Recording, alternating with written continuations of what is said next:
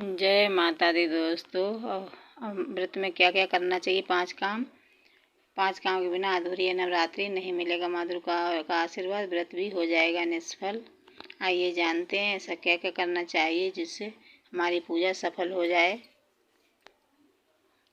15 अक्टूबर अश्विनी शुक्ल प्रतिपदा से शारदीय नवरात्रि शुरू हुए हैं। आपको जानना चाहिए कि ऐसे 5 काम हैं इनके बिना नवरात्रि अधूरी होती है।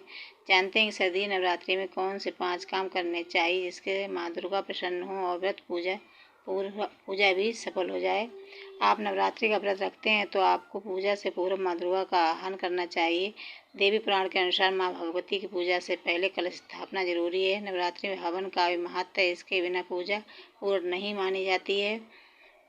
अक्टूबर को अश्विनी माह के शुक्ल पक्ष की प्रतिपदा तिथि से शारदीय नवरात्रि शुरुआत होने वाली। इसमें माँ दुर्गा के 9 स्वरूपों की पूजा विधि से पूजा करते हैं और व्रत रखते हैं। लोग मानता है कि नवरात्रि में व्रत रखने और पूजा करने से माता का आशीर्वाद मिलता है, साथ ही मनोकामनाएं पूरी होती हैं।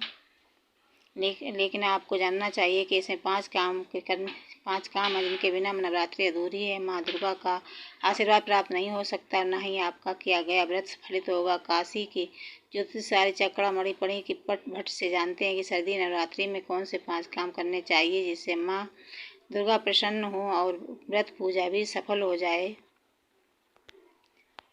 शारदीय नवरात्रि में जरूरी करें 5 काम। माँ दुर्गा आवाहन।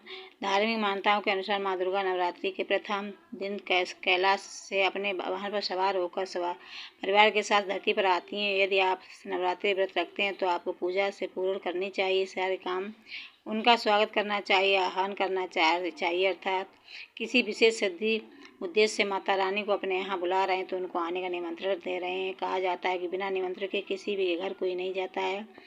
कलश स्थापना। यदि आप 9 दिन का व्रत रखते हैं या पहले और अष्टमी का व्रत रखते हैं तो आपको कलश स्थापना करनी चाहिए। देव पुराण के अनुसार माँ भगवती की पूजा से पहले कलश स्थापना करनी जरूरी है। पूजा के समय कलश को देवी की शक्ति और तीर्थ स्नान के प्रतीक के रूप में स्थापित करते हैं। कलश को वैभव, सुख, समृद्धि आदि का प्रतीक मानते हैं। कलश में ब्रह्मा, विष्णु, शिव और देवी शक्तियों का वास होता है।